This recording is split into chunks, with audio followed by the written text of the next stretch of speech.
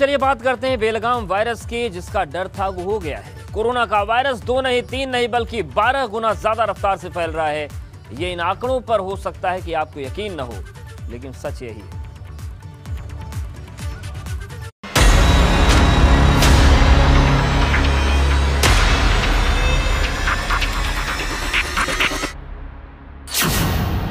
Corona ने पकड़ी रफ्तार, नए केस 90,000 के पार। आ गई तीसरी लहर, शहर शहर कहर। जिंदगी पर भारी कोरोना की महामारी। तीसरी लहर की जो चेतावनी वैज्ञानिकों ने दी थी वो सच हो गई है, क्योंकि भारत में तीसरी लहर शुरू हो गई है।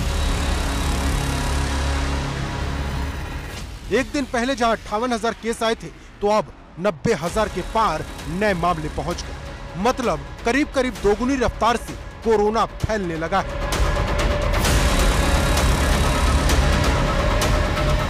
महाराष्ट्र और दिल्ली में कोरोना ने रेड अलार्म बजा दिया है।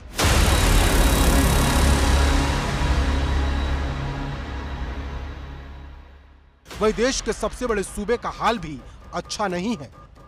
वायरस की रफ्तार तेजी के साथ बढ़ती जा रही, क्योंकि जहां 8 दिन पहले सिर्फ 193 मामले सामने आए थे, वो गिनती अब 3,121 पर पहुंच गई है।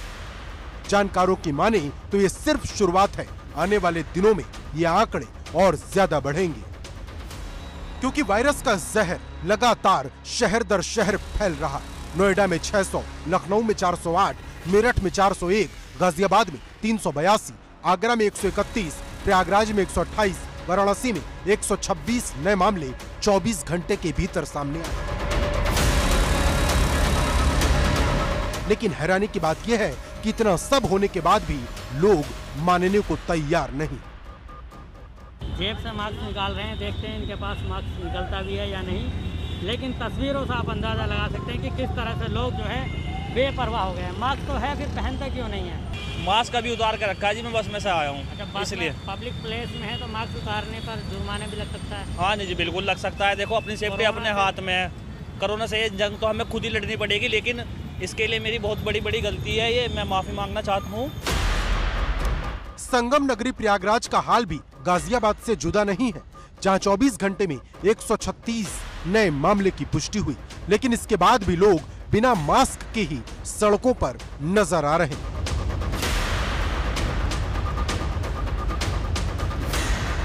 संगम नगरी प्रयागराज में कोरोना एक बार फिर खतरनाक होता जा रहा है। यहाँ कोरोना के मामले तेजी से बढ़ते जा रहे हैं। बीते 24 घंटे में यहाँ 100 से ज्यादा लोगों की रिपोर्ट पॉजिटिव आई है। अगर बुधवार की हम बात करें तो बुधवार को यहाँ 136 नए संक्रमित मिले हैं और जिले में कुल संक्रमितों की संख्या 250 का आंकड़ा पार कर चुकी है। लेकिन इसके बावजूद ना तो सरकारी अमला मुस्तैद नजर आ रहा है, ना ही लोग जागरूक व जिम्मेदार नजर आ रहे हैं।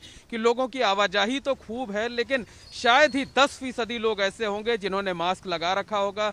90% से ज्यादा लोग आज भी सड़कों पर बिना मास्क के निकल रहे हैं। लेकिन सवाल बड़ा है कि क्या हम कोरोना से ऐसे जीतेंगे? क्या हमने पहली और दूसरी लहर से कुछ नहीं सीखा? क्योंकि ये तस्वीर गोंडा की ओपीडी की है, जहां कोरोना की गाइडलाइंस की जमकर धज्जियां उड़ाई जा रही। इलाज कराने आए मरीज ना मास्क लगा रहे, डॉक्टर्स की हिदायत को भी नहीं मान रहे।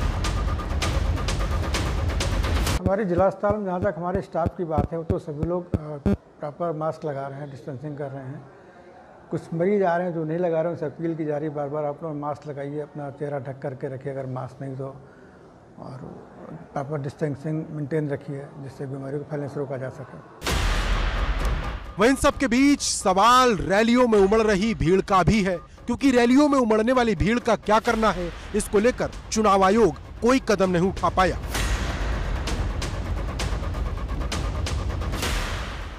हालांकि खुद से आम आदमी पार्टी ने भी अब यूपी में अपनी सभी रैलियों को रद्द कर दिया। वहीं कांग्रेस पहले ही 2 हफ्तों के लिए अपने सभी बड़े आयोजनों को टाल चुकी है।